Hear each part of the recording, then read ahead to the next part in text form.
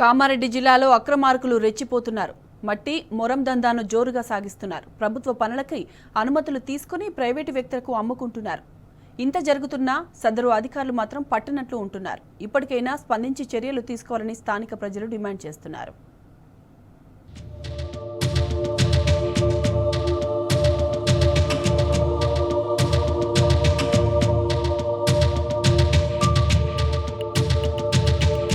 కామారెడ్డి జిల్లాలో అక్రమ మైనింగ్ జోరుగా సాగుతోంది. బాన్స్వాడ మండలం సోమేశ్వరం, ఇబ్రహీంపేట్ గ్రామాల్లో మైనింగ్ మాఫియా గుట్టలన్నీ తెగమింగుతోంది. వాల్టా చట్టాన్ని ఉల్లంఘిస్తూ మట్టి మొరంను లోడ్ల కొద్దీ తవ్వేస్తున్నారు. ఇటుక బట్టీలు వెంచర్లకు వేలాది టిప్పర్ల మట్టి అమ్మేసుకుంటున్నారు.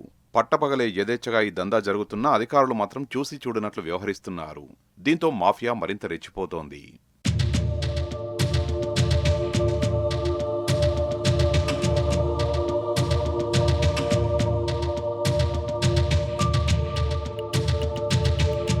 ఇప్పటికే మైనింగ్ మాఫియా సోమేశ్వరం గుట్టను, స్థానిక జనగల చెరువును పూర్తి స్థాయిలో తోడేసింది.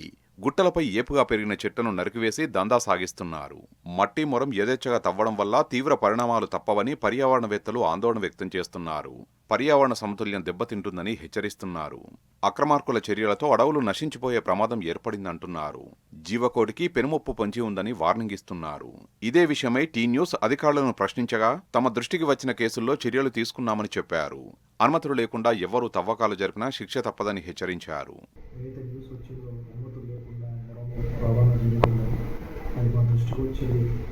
వెంటనే మా దృష్టికి రాగానే 2 ప్రత్యేక బృందాలను ఏర్పాటు చేసి 2 చోట్ల వాహనాలను సీజ్ చేయడం జరిగింది. ఒక చోట ఒక టిప్పర్ని పట్టుకోవడం జరిగింది. మరో చోట ఇబ్రాహీంపేట విలేజ్లో ఒక జేసీబీని సీజ్ చేయడం జరిగింది. చెరువులు, కుంటలు, గుట్టలు అనే తేడా లేకుండా ఎక్కడ పడితే అక్కడ అక్రమార్కులు తవ్వకాలు కొనసాగిస్తున్నారు. ఇక ఆ గుంతల్లో మనుషులు జీవాలు పడి ప్రాణాలు కోల్పోయిన సందర్భాలున్నాయి. ఇంత జరుగుతున్నా స్థానిక ప్రజలు మాత్రం వారిని ఎదిరించేందుకు జంకుతున్నారు. అక్రమార్కుల ఆగడాలు చూసి వణికిపోతున్నారు. అధికారులే స్పందించి వారిపై చర్యలు తీసుకోవాలని డిమాండ్ చేస్తున్నారు. లేకుంటే ఆ ప్రాంతంలో జీవకోటి మనుగడ కష్టసాధ్యమని ఆవేదన వ్యక్తం చేస్తున్నారు.